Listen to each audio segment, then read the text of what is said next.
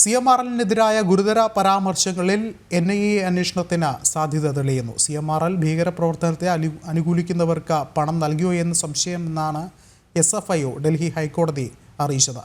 മുഖ്യമന്ത്രിയുടെ മകൾ വീണ തൈക്കണ്ടിയിലെ എക്സാലോജിക്കും വിവാദ കരിമണൽ കമ്പനി CMRL-ലുമായുള്ള ദുരൂഹ സാമ്പത്തിക ഇടപാടുകളിലാണ് SFIO അന്വേഷണം നടക്കുന്നത്. CMRL എക്സാലോജിക് ദുരൂഹ സാമ്പത്തിക ഇടപാടുകളിലെ നിർണായക വഴിത്തിരിവാണ് ഭീകരവാദ ബന്ധങ്ങളിലേക്ക് കൂടി അന്വേഷണം നീളുന്നുവെന്ന് വ്യക്തമാക്കി SFIO കൈമാറുന്ന വിവരങ്ങൾ ഭീകരപ്രവർത്തനത്തെ അനുകൂലിക്കുന്നവർക്ക് പണം നൽകിയോ എന്ന് സംശയമുണ്ടെന്ന് SFIO ഡൽഹി ഹൈക്കോടതിയെ അറിയിക്കുമ്പോൾ NIA അന്വേഷണത്തിലേക്ക് കൂടിയാണ് വഴി തുറക്കുന്നത്. നിലവിൽ NIAക്ക് കേസുമായി ബന്ധപ്പെട്ട വിവരങ്ങൾ നൽകിയിട്ടില്ലെന്ന് SFIO അറിയിച്ചിട്ടുണ്ട്. എന്നാൽ കേരളത്തിലെ ഭീകരവാദ ബന്ധമുള്ള കേസുകളിൽ അന്വേഷണം തുടരുന്ന NIAക്ക് SFIOയുടെ കണ്ടെത്തലുകളും നിർണായക ഭീകരവാദ സ്വഭാവമുള്ള ഏതെല്ലാം സംഘടനകൾക്ക് പണം കൈമാറിയെന്നും രാജ്യവിരുദ്ധ പ്രവർത്തനത്തിനാണ് പണമെന്ന് അറിഞ്ഞുകൊണ്ടാണോ ഫണ്ട് കൈമാറ്റങ്ങളെന്നും കണ്ടെത്തേണ്ടതുണ്ട്. ഇതിന് ദേശീയ അന്വേഷണ ഏജൻസിയുടെ അന്വേഷണം അനിവാര്യമാണ്.